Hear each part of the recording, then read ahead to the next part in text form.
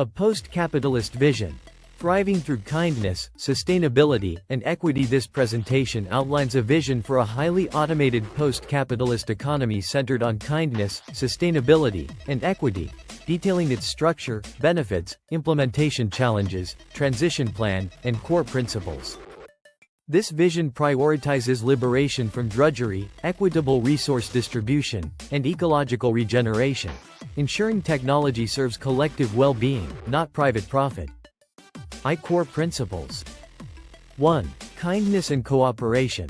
Collective well-being prioritized over competition. 2. Ecological stewardship. Economic activities aligned with planetary boundaries. 3. Equity and justice. Fair resource distribution and universal access to basic needs.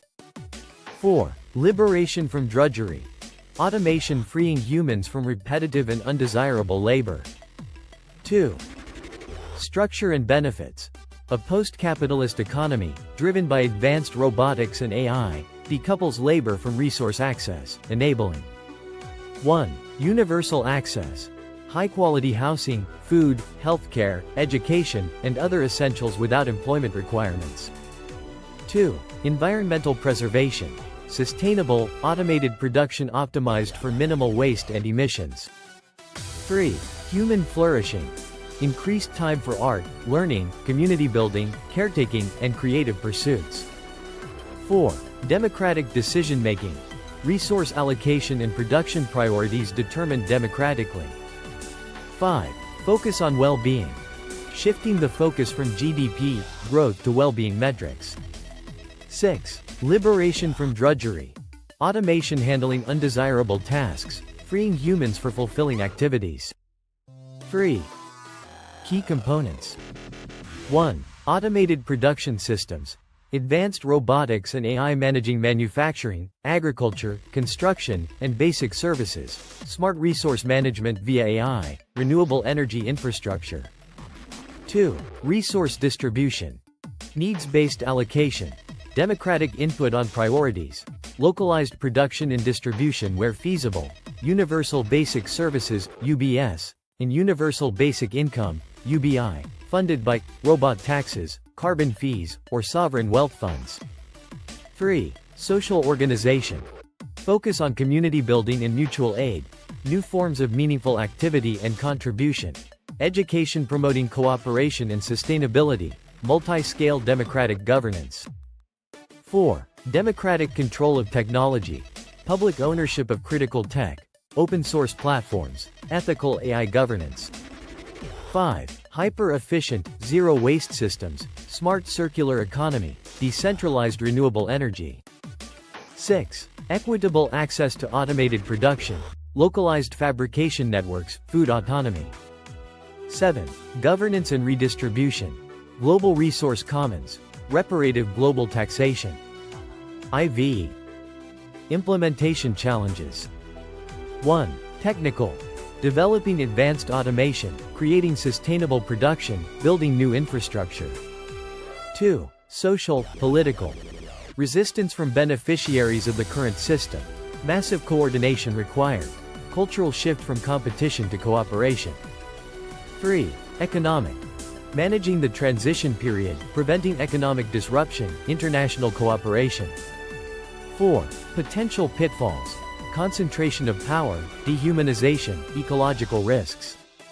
V. Transition plan. 1. Near term, 5-10 years, build popular support, develop and test automated systems, implement initial universal basic services, transition to renewable energy, create democratic planning structures.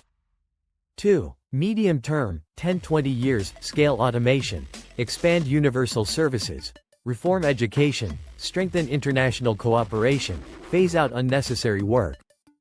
3. Long-term, 20-plus years, complete automation of essential production, fully implement needs-based distribution, transform social institutions, establish new governance forms, scale globally. V. Action steps. 1. Research and development. Fund automation, develop sustainable production, create resource management systems. 2. Policy changes.